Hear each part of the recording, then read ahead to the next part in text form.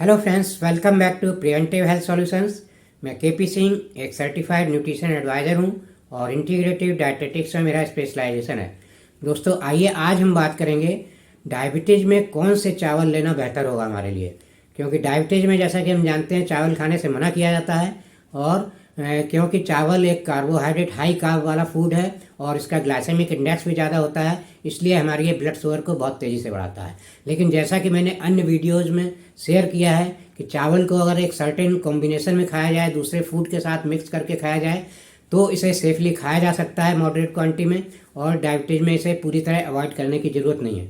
क्योंकि जैसा कि हम जानते हैं दोस्तों, चावल एक कॉमन फूड के रूप में लिया जाता है। सिर्फ इंडिया में ही नहीं, ऑल ओवर वर्ल्ड देखें तो कॉमन फूड के रूप में चावल खाया जाता है। तो इस टाइप के कॉमन फूड को अवॉइड करना पूरी तरह से बहुत ही मुश्किल है, बहुत ही चैलेंजिंग होता है। तो इसमें हमें कुछ अल्टरनेट निकालना चाहिए जिससे कि हम डायबिटीज़ में इसे सेफली खा सकें।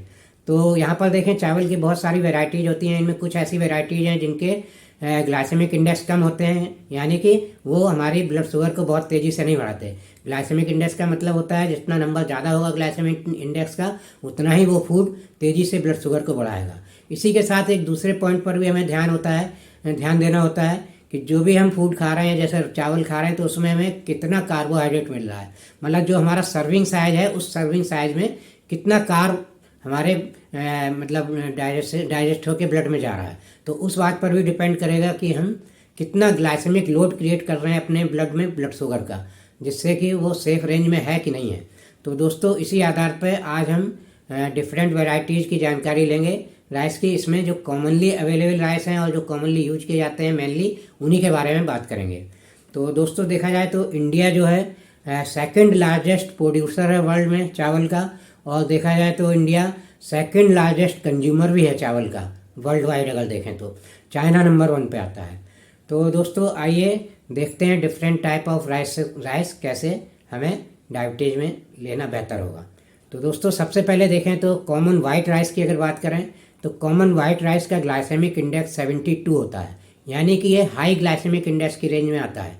और हाई ग्लाइसेमिक इंडेक्स 70 के ऊपर का जो भी फूड प्रोडक्ट है वो हाई ग्लाइसेमिक इंडेक्स वाला होता है, और 70 से नीचे का और 55 से ऊपर का मीडियम रेंज में आता है, और 55 और उससे नीचे ग्लाइसेमिक इंडेक्स का नंबर जो है वो लो ग्लाइसेमिक इंडेक्स में आता है। तो इस तरह से दोस्तों, वाइट राइस हमने देखा हाई ग्लाइसेमिक इंडेक्स वाला फूड है। और इसकी अगर हम सर्विंग साइज़ की बात करें तो नॉर्मली अगर हम एक छोटा सर्विंग साइज़ लें तो कम से कम 150 ग्राम कुक्ड राइस तो कोई भी इंसान खाता ही है खाने के रूप में। तो हम 150 ग्राम को आज स्टैंडर्ड मान के सभी चावलों को कंपेयर करेंगे तो 150 ग्राम कुक्ड राइस अगर हम वाइट राइस ले रहे हैं तो उसमें इसका 72 तो हुआ ग्लाइसेमिक इंडेक्स। और इसका ग्लाइसेमिक लोड निकालने के लिए इसमें 150 ग्राम राइस में कितना कार्ब मिलेगा हमें उसको हमें जानना होगा। तो 150 ग्राम कुक्ड राइस में लगभग वाइट राइस में 45 ग्राम या 45 ग्राम आपको कार्ब मिलता है। तो यहाँ इसका जो ग्लाइसेमिक लोड निकलेगा वो आएगा 72 multiplied by 45 divided by 100 equals to 32.4। तो ये 32.4 जो ग्लाइसेमिक लोड आया ये भी हाई ग्लाइसेमिक लोड है, क्योंकि ग्लाइसेमिक लोड अगर देखें हम तो जो 20 या 20 के ऊपर का जो ग्लाइसेमिक लोड है वो हाई ग्लाइसेमिक लोड माना जाता है। 20 से नीचे का और 10 के ऊपर ग्लाइसेमिक लोड मीडियम रेंज में आता है, और 10 और उससे नीचे का ग्लाइसेमिक लोड सेफ रेंज में यानी कि लो ग्लाइसेमिक लोड के रेंज में आता है। तो इस तरह से दोस्तों देखा हमने वाइट राइस जो है अनसेफ है, इसे हमें नहीं ज़्यादा खाना चाहिए डायबिटीज़ में, क्योंकि ये काफ़ी ज़्यादा ग्लाइसेमिक लोड क्रिएट करता है हमारे ब्लड में और ब्लड शुगर को बढ़ाने की क्षमता रखता है काफ़ी तेज़ी से। अब दूसरी कैटेगरी आती है दोस्तों ब्राउन राइस की, जो कि काफ़ी आजकल प्रचलित हो रहा है। तो ब्राउन राइस का ग्लाइसेमिक इंडेक्स देखें तो इसका 68 होता है ग्लाइसेमिक इंडेक्स, और इसमें अगर 150 ग्राम बॉइल्ड यानी कि कुक्ड राइस लें हम ब्राउन राइस तो उसमें लगभग 38 ग्राम हमें कार्बोहाइड्रेट मिलता है। तो यहाँ ग्लाइसेमिक लोड हमें कितना मिलेगा एक सर्विंग में, 150 ग्राम की सर्विंग में इसमें मिलेगा हमें 68 मल्टीप्लाइड बाई 38 डिवाइडेड बाई 100 यानी कि 25.84 आता है इसका ग्लाइसेमिक लोड। तो ये भी अभी हाई ग्लाइसेमिक रेंज में ही है, लेकिन वाइट राइस से कम है।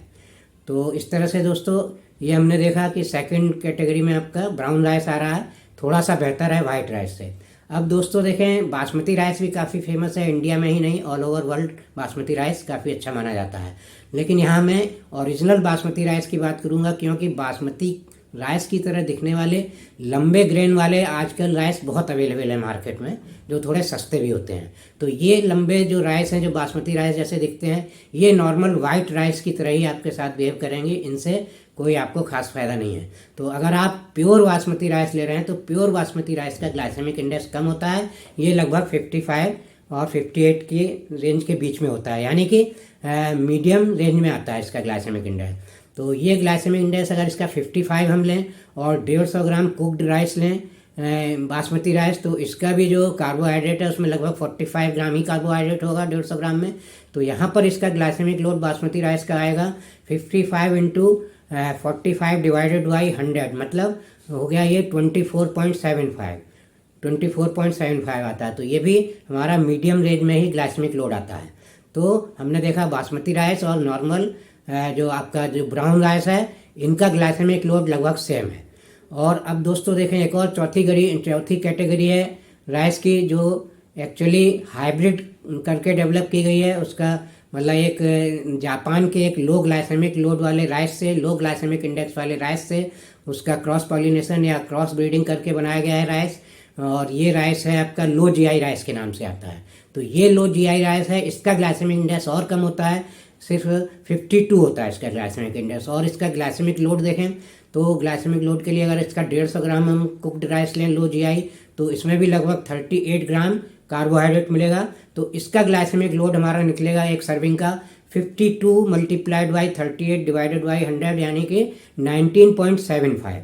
तो इसका ग्लाइसेमिक लोड हमारा मीडियम रेंज में, मतलब 20 से नीचे आ जाता है, यानी कि हाई ग्लाइसेमिक लोड नहीं है इसका।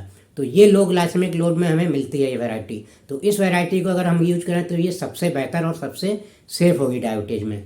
तो दोस्तों इस तरह से हमने ये 4 कॉमनली यूज होने वाले राइस के बारे में बात की, और इसमें आप इसकी ग्लाइसेमिक लोड की वैल्यू के आधार पर आप चॉइस कर सकते हैं आप कौन सा, मतलब जो जिसका ग्लाइसेमिक लोड सबसे कम है वो बेस्ट है, और उसी के कंपेरिजन में अन्य चावल भी आप यूज कर सकते हैं, और अकॉर्डिंगली उसकी क्वांटिटी को और ज़्यादा रिड्यूस करना चाहें तो रिड्यूस कर सकते हैं ग्लाइसेमिक लोड कम करने के लिए।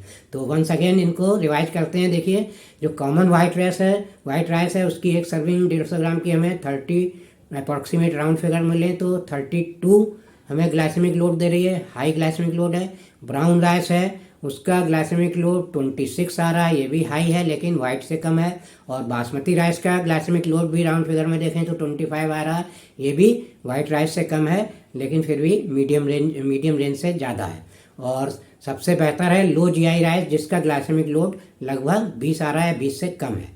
तो इस तरह से दोस्तों ये इन्फॉर्मेशन अगर आपको यूजफुल लग रही है तो मेरा वीडियो लाइक और शेयर करें, और चैनल सब्सक्राइब नहीं किया है तो चैनल सब्सक्राइब करें। और इसी के साथ दोस्तों thank you very much, see you in next video.